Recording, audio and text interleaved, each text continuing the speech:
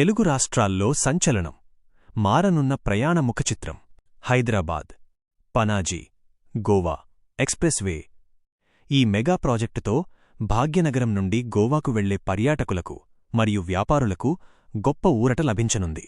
ప్రస్తుత స్థితి: 12,000 కోట్ల రూపాయలు వ్యయంతో సాగుతున్న ఈ ప్రాజెక్టులో బాగల్కోట్ జిల్లాలో 90% భూసేకరణ పూర్తయింది.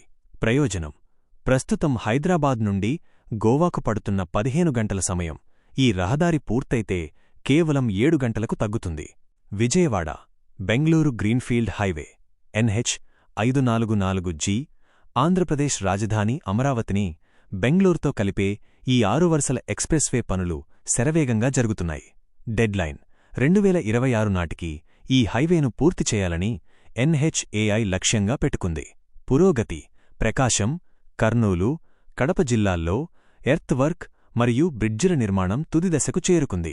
ఇది పూర్తయితే ప్రయాణ సమయం 6 గంటలకు తగ్గుతుంది. సాంకేతికతతో పర్యవేక్షణ: హైవేలపై AI కన్ను. ఈ ప్రాజెక్టులో రోడ్ల నాణ్యతను తనిఖీ చేయడానికి ప్రభుత్వం తొలిసారిగా AI, కృత్రిమ మేధ మరియు డ్రోన్ టెక్నాలజీని వాడుతోంది. రవాణా వేగం: హైస్పీడ్ కారిడార్ల వల్ల సరుకు రవాణా వాహనాల సగటు వేగం గంటకు 30 కిలోమీటర్లు నుండి 50కి మీకు పెరిగింది.